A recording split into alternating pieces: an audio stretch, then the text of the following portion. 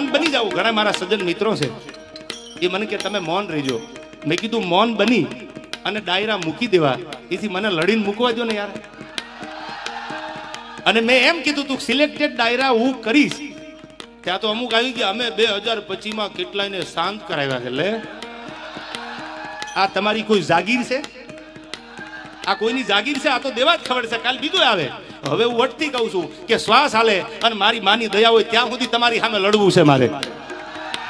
પેલા એવું હતું સિલેક્ટેડ કરવા છે આપણે, બાકી જય માતાજી રાજીનામું દઈ દેવું છે. પણ મને લાગે છે આમને એમ થઈ ગયું હવે મેદાન ખાલી છે, એમ થોડા ચોકા છક્કા મારવા દઉં યાર.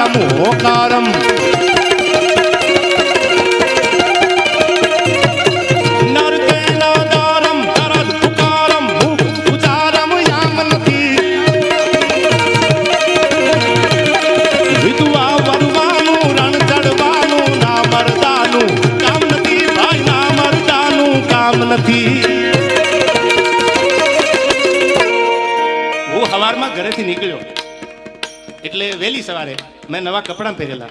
સાંભળું જો, બહુ સમજવા જેવી વાત.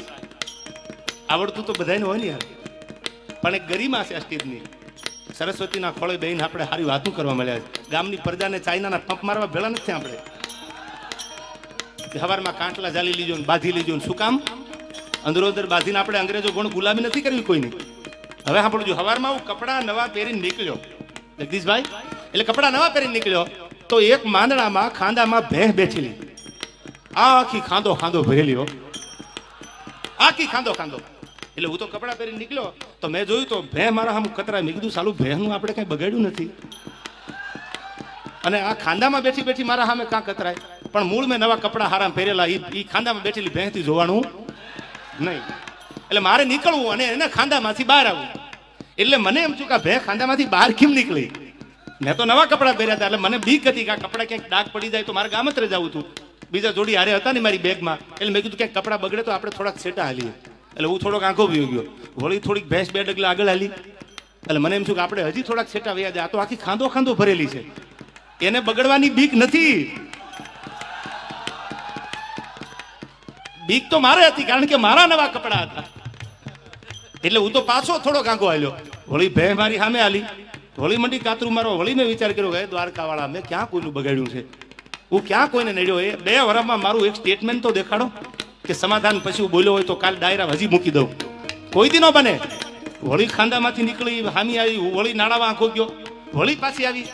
એટલે મને એમ છું કે લગભગ આ મને ખાંદો ખાંદો બગાડવા આવી લાગે કે હું તો આખી ખાંદામાં બેઠી છું, તમારું મારે ક્યાંક બગાડવું છે. અને પછી માફ કરજો, મને મારે ન છૂટકે આ કપડા ખાંદાવાળા કરવા પડ્યા છે. તમે તો સમજુ ડાયરો છો યાર, આ મારી મજબૂરી એ કરાવ્યા છે. બાકી હું આવા સીસરા વિચારનો માણસ નથી યાર. મારા વિચારમાં આવી હલકાઈ નથી ભરેલી. ઊંચા કોળનો આદમી કરે નહીં નીચા કામ, એ તો ગડપત ભાંગે ગામ કોઈ દી ખાતર પાડે નહીં ખીમરા. આપણે તો કોકની એબ ઢાંકવાના કામ કરવાના હોય, કોઈની એબું ઉગાડવાના કામ ન કરાય. તમે કોઈનું જાણતા હોય ને તો એને ઉગાડતા નહીં, એને ઢાંકવાનું કામ કરો તો ભગવાન તમારી આબરૂ રાખે. કોઈની એબ ઉગાડવા જાવ ને તો એક દી તમારી એ ઉઘડી જાય યાર. એટલે મારે કહેવું પડે છે તમને કે કેવો છે મારો ભગવાન દ્વારકાધીશ. અને કોઈએ નહોતું કીધું ફલાણો મને કહેતો હતો તું ઊંચો હાથ કરીને, કોઈ આમાં હતા જ નહીં, એને જ ઉપાડો હતો. એટલે હું બિચારો હાથે ઊંચો નથી કરતો, હું બેઠો છું. હવે તું તારું ધ્યાન રાખ ને યાર. આ મારી ઓપનમાં ચેલેન્જ છે તને. આ ફિલોસોફી બંધ કરી દે ભાઈ. માયક હાથમાં ગમે ત્યાં કોકનું આયોજન, કોકના મંડપ, કોકના ગાડલા, કોકના માયક, અને ક્યાં દાદાગીરી કરવાની જરૂર છે? આ ઓપન ચેલેન્જ છે મારી આ માધ્યમથી કે જ્યાં પેટમાં દુખતું હોય, જે રીતે દુખતું હોય, તન મન ધન અને આઈથી માતાજીને સમજો હામો હામયું કરવાનો હાલું તો બસ ફૂલ તૈયારી છે. મોરે મોરો આવવા દો અને મોરો મારો મારી સામે સામો મોરો આપી અને પછી માપી લઈ આપણે કોણ કેટલા પાણીમાં છે યાર. શું રોજ ઉઠી નાહકના યારા ગામના છોકરા બગાડો છો? હાલવા દે ત્રાગરાજ.